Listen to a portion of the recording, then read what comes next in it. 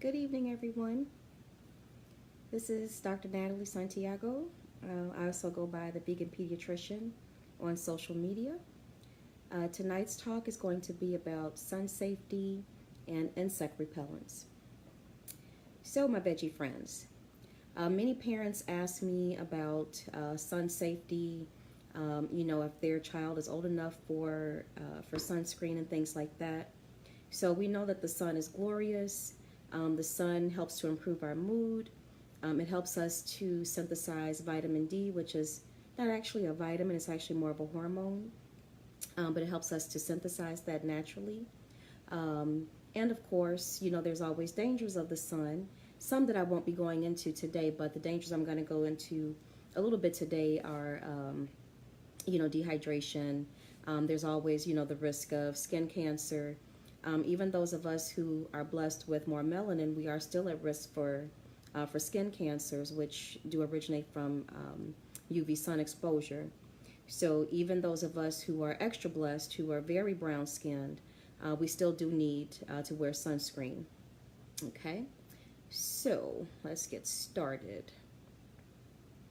So I'll talk about sun safety first, and then I'll talk about insect repellents. And so we also know about insects. Many of them are just beautiful to behold. Butterflies, dragonflies, ladybugs, those kinds of things. And of course, there are some insects that, help us. Bees help us with pollination as far as flowers, and many vegetables depend on bees with pollination. But of course, many of us, we see insects as a nuisance, even though they do serve a purpose. So the first thing I'm going to talk about right now, I'm going to give you 6 tips on sun safety. So starting out, sunscreen, apply it 30 minutes before you expect to go out, or for your child, before your child is expected to go out. The American Academy of Pediatrics recommends using an SPF of 15 or greater. SPF stands for sun protection factor. And you want to make sure that your sunscreen protects you and your child against UVA and UVB rays. Okay, you do want to avoid sunscreens that contain an ingredient oxybenzone, because that does have some hormonal properties. So when you apply sunscreen, if you apply it once, are you done? No. You want to reapply it every 2 hours if you're out and about, and for your child and also for yourself, every 2 hours, or more frequently if you or your child are engaged in water play, so swimming, water parks, things like that, situations where the sunscreen will be rinsed off. Okay, children under 6 months can wear sunscreen, but you want to do some other protection I'm going to talk about a little bit farther down in this Facebook Live. But whether your child is an infant or an older child, or for yourself, you want to make sure that you're applying to all sun-exposed areas. Some people forget about the ears or the back of the neck, so you want to make sure that any skin that's uncovered, that you want to have protected with the sunscreen. Okay. Second tip, you want to make sure that you or your child are covered with loose, natural fibered clothing, such as cotton. And then you want to wear a wide brim hat whenever possible. Okay.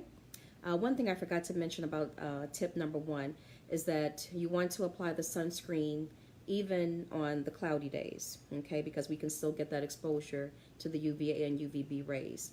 Hello, my cousin Steve. Thank you for joining me. Okay, so back to tip number 2.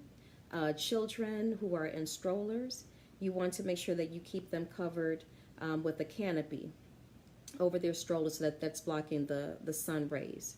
Okay, you definitely want, third tip, you definitely want to avoid sun exposure as much as you can during the hours of 10 a.m. to 4 p.m.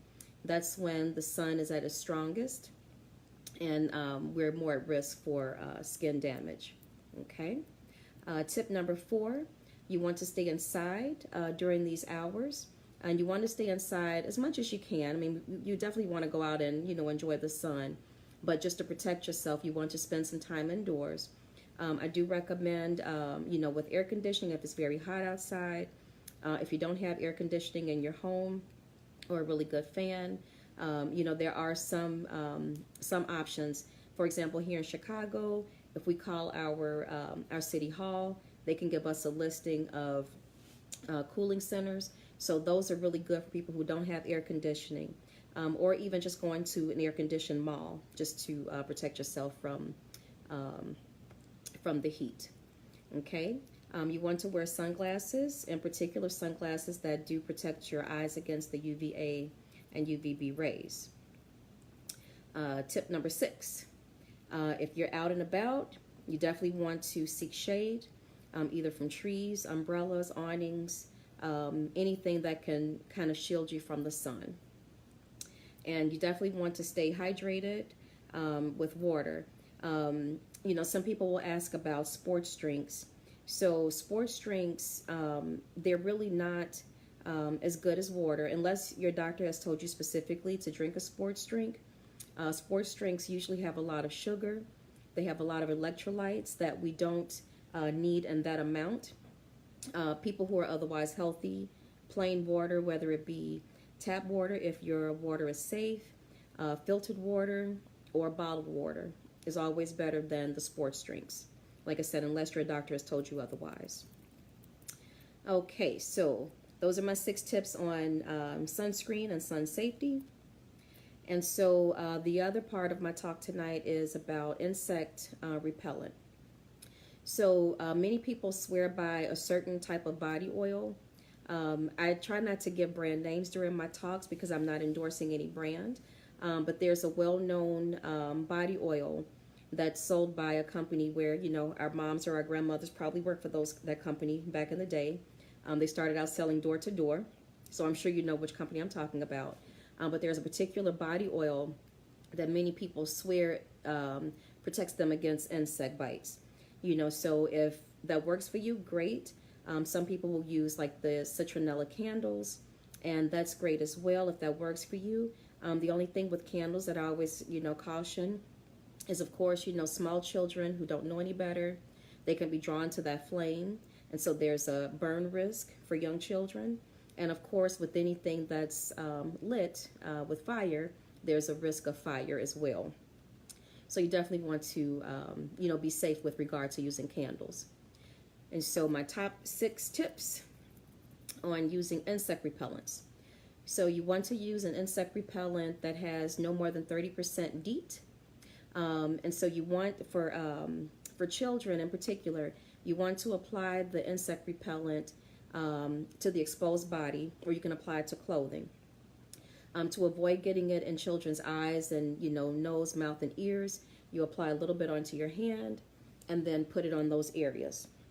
Okay, you definitely want to apply this outside because there's a risk of, there's a harm if you should inhale it. So you want to do it outside where you have a lot of air circulating. Okay. And let me see. The other thing about the insect repellent, when you apply it to the clothing, you want to make sure that you wash the clothing before the child wears it again, and you want to make sure that the child takes a really good bath or shower before bedtime to rinse that all off of their body. Tip number 2, you do not want to use insect repellents in children under 2 months of age. I'm going to talk a little bit more about some protection for younger children. Tip number 5.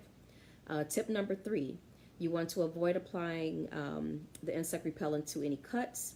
If your child has eczema and they've had, a lot of scratching or irritation, you want to avoid those areas as well because the insect repellent can cause burning and further irritation. Many parents will ask me, can I use a product that combines the sunscreen with the insect repellent? And that sounds ideal, but actually it's not, because you're going to have to reapply the sunscreen a lot more frequently than you would have to reapply the insect repellent. And so you don't want to have that toxic amount of insect repellent building up if you're using a combined product. Okay. Tip number 5. So this goes back to infants who are too young to use insect repellent. You want to use mosquito nets, particularly in areas where mosquito-borne diseases are especially dangerous. Diseases such as malaria, Zika, West Nile virus. And so the mosquito nets you can place over the baby stroller, you can place it over their bed, and that helps to protect them. And tip number 6, you want to avoid being in areas where there's standing water because that's where mosquitoes breed. Okay, so thank you for everyone who has joined me for live, and thank you for everyone who will be watching this after the fact. Please join me every Monday at 7 p.m. unless otherwise stated for a new Facebook Live topic. Please follow me on social media as the Vegan Pediatrician. And please check out my website, veganpediatrician.com, where I do a blog, usually weekly. Okay? So until next time, veggie friends, thank you so much for joining me and have a great evening.